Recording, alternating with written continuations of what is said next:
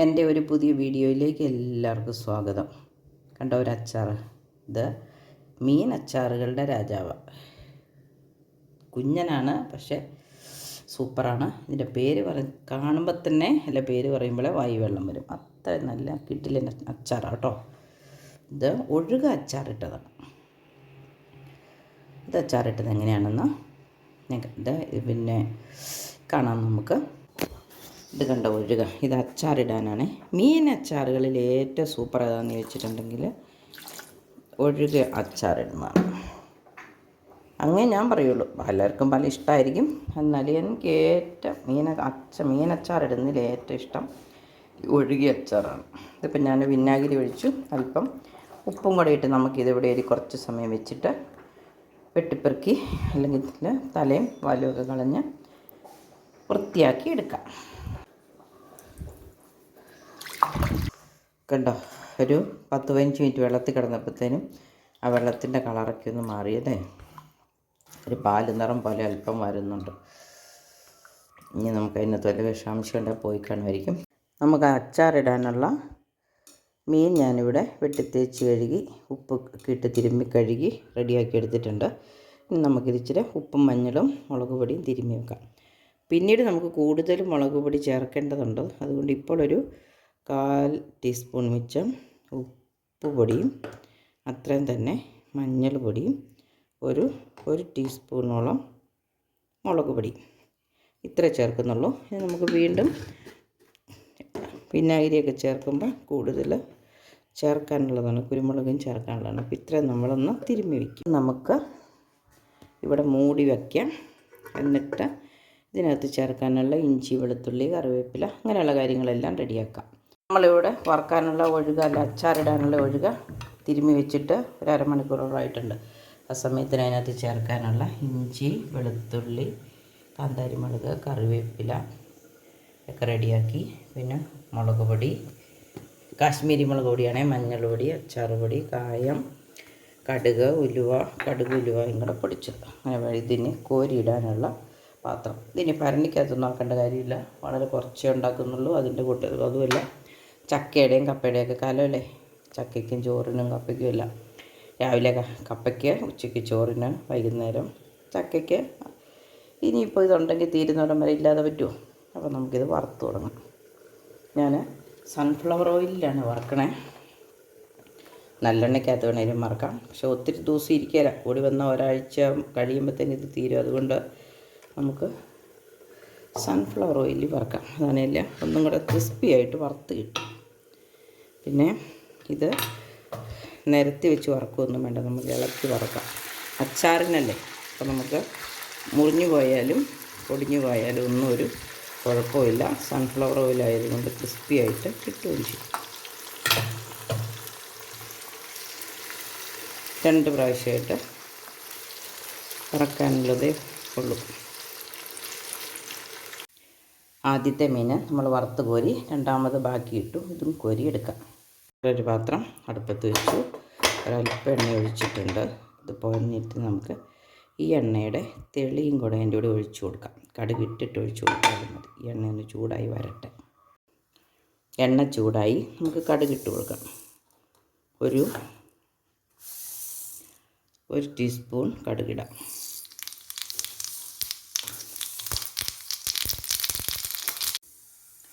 ഇനി നമുക്ക് ഉലുവ ഇട്ട് കൊടുക്കാം.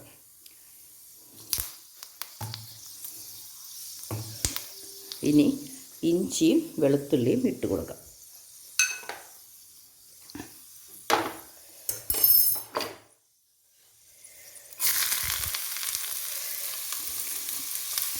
മീനിനല്ലേ നല്ല രീതിയിൽ ഇഞ്ചിയും വെളുത്തുള്ളി ഒപ്പമാണ് ഇടുന്നത്.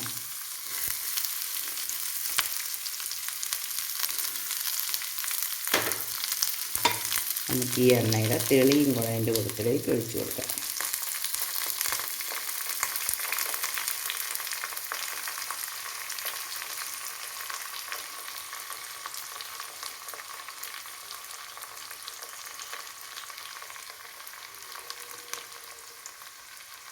മീൻ വറുത്ത എണ്ണയാണ്, അതിൻ്റെ തെളിയും കൂടെ ഒഴിച്ചു കൊടുക്കാം.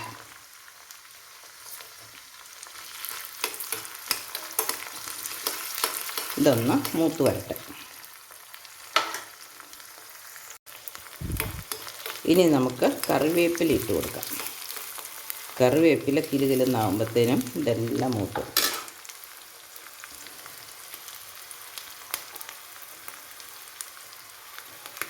ഇടുമ്പം കറിവേപ്പിലയാണ് കറിക്ക് അത്യാവശ്യമുള്ളൊരു കാര്യമാണ് അല്ലേ, സ്വാദ് കൂട്ടാൻ വേണ്ടിയിട്ട്. ഇനി ഇത് കൂട്ടിക്കൊണ്ടിരിക്കുമ്പോൾ എടുത്ത് കളയുമ്പോഴത്താണെങ്കിലോ കരിയാപ്പല, അന്നേരം അത് കരിയാപ്പലയാവും. ഇപ്പം നമ്മൾ കറിവേപ്പിലയും ചേർത്ത്.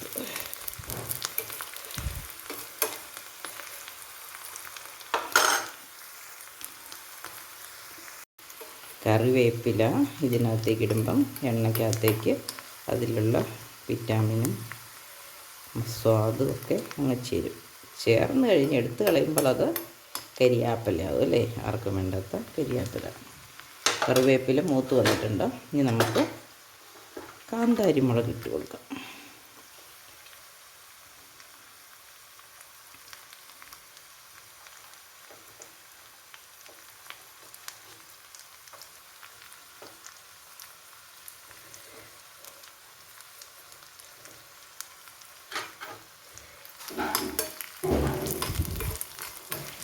ഇനി അല്പം ഉപ്പും കൂടെ ചേർത്ത് കൊടുക്കാം. മീനിനുള്ള ഉപ്പല്ലേ നമ്മൾ ചേർത്തിട്ടുള്ളൂ, പൊടികളും വിനാഗിരിയും ഒക്കെ ചേരാനുള്ളതല്ലേ. അപ്പം ഇനി ഇഞ്ചിക്കും വെളുത്തുള്ളിക്കും കാന്താരി മുളകിനുമൊക്കെ ഉപ്പങ്ങ് പിടിച്ചോട്ടെ. അപ്പോൾ നമുക്ക് എന്തായാലും കുറച്ച് ഉപ്പ് വേണമല്ലോ, വിനാഗിരിയൊക്കെ ചേർക്കുന്നതല്ലേ. നമുക്ക് ഒരു സ്പൂൺ ഉപ്പങ്ങ് ചേർത്ത് കൊടുക്കാം. അധികമൊന്നും ആകിയല്ല. ഇനി പോരായിക വരുവുള്ളൂ. പോരായിക വന്നെങ്കിൽ നമുക്ക് എല്ലാം ചേർത്ത് കഴിഞ്ഞ് ഇച്ചിരി ഉപ്പ് പൊടി ഇട്ട് കൊടുത്താൽ മതി. ഇനി ഇതിലേക്ക് പൊടികൾ ചേർത്ത് കൊടുക്കാം. ഒരു 1/4 ടീസ്പൂൺ മഞ്ഞൾപ്പൊടി,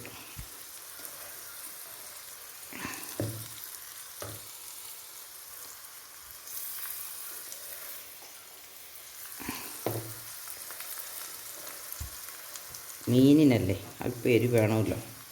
2 സ്പൂൺ കാശ്മീരി മുളക് പൊടി, കൊഴുപ്പും വേണം. ഇതിന് രണ്ടിനും കൂടെയാണ് ഈ കാശ്മീരി മുളക് പൊടി കൊഴുപ്പും കളറും കിട്ടാൻ കാശ്മീരി മുളക് പൊടി നല്ലതാണ്. ഇനി നമുക്ക്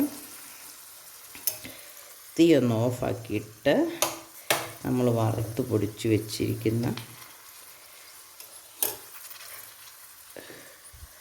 അച്ചാറ് പൊടി, മുളകും മഞ്ഞളും കടുകും ഉലുവയും ഒക്കെ ചേർന്നാണ്,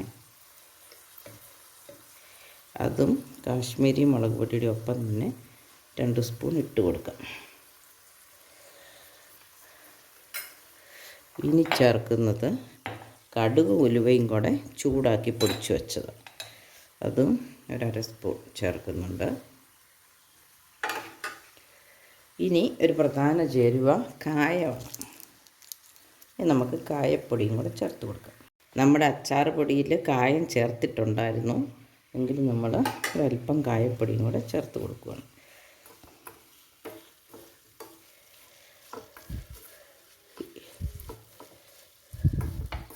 മാങ്ങയും നെല്ലിക്കയൊക്കെയാണെങ്കിൽ അതിൻ്റെ വെള്ളം കാണും ഒഴിക്കാൻ. ഇതിപ്പോൾ വെള്ളമൊന്നും ഒഴിക്കാനില്ലല്ലോ. നമ്മുടെ പൊടികൾ ചൂടായിട്ടുണ്ട്. പിന്നെ ചൂടാക്കി പൊടിച്ച പൊടികളായിരുന്നു. കുരുമുളക് പൊടി ചേർത്തില്ല, മീനില്ലേ കുരുമുളക് പൊടിയും ചേർത്തു. അതുമാത്രം അളന്ന് കാണിച്ചില്ല, നല്ലൊരു 1/2 ടീസ്പൂൺ ഉണ്ടായിരുന്നു കേട്ടോ. ഇനി നമുക്കിതിലേക്ക് അല്പം വിനാഗിരി ചേർത്ത് കൊടുക്കാം. ഈ പൊടികൾ ഒന്ന് കുതിരാൻ മാത്രം, അല്ലെങ്കിൽ ഒന്ന് തിളപ്പിക്കുമ്പം കരിഞ്ഞു പോകാതെയൊക്കെ ഇരിക്കാൻ മാത്രം ഇപ്പം ചേർക്കുന്നുള്ളൂ. വേണമെങ്കിൽ നമുക്ക് മീനിനകത്ത് വിനാഗിരി തനിയെ ചേർക്കാം. പിന്നെ ചൂടാക്കണമെന്നൊരു നിർബന്ധമില്ല. ആപ്പിൾ സിഡർ വിനീഗറാണ് കേട്ടോ ഇത്.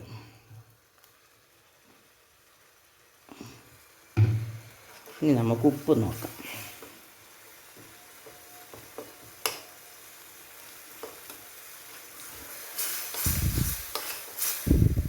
തീ ഓഫാക്കാം.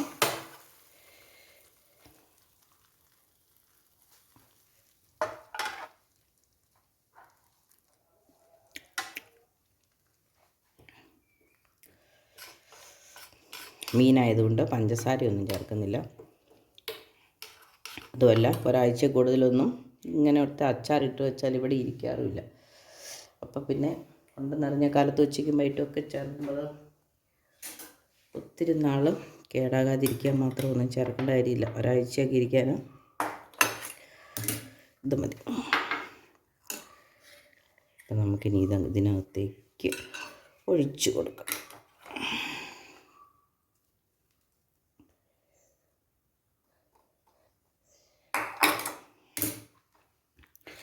നന്നായി ഇളക്കി യോജിപ്പിച്ചിട്ട് മീൻ ഉണങ്ങി വരുവാണെങ്കിൽ നമുക്ക് അല്പം വിനാഗിരിയും ഉപ്പും കൂടെ ചേർത്ത് കൊടുക്കാം. അപ്പോൾ ഉപ്പ് പൊടിയായിട്ട് ഇടുന്നതിൽ നല്ലത് അല്പം ഉപ്പ് നീര് കലക്കിയെടുത്തിട്ട് പകുതി വിനാഗിരിയും പകുതി ഉപ്പ് നീരും കൂടെ എടുത്ത് ഒന്ന് തിളപ്പിച്ച് തളിച്ചിട്ട് ആറിച്ചിട്ട് ഇതിനകത്തേക്ക് ഒഴിച്ച് വെക്കാം. ഇപ്പം നമുക്ക് എന്തായാലും ഇത്രയും ചാറ് പോരാ അല്ലേ.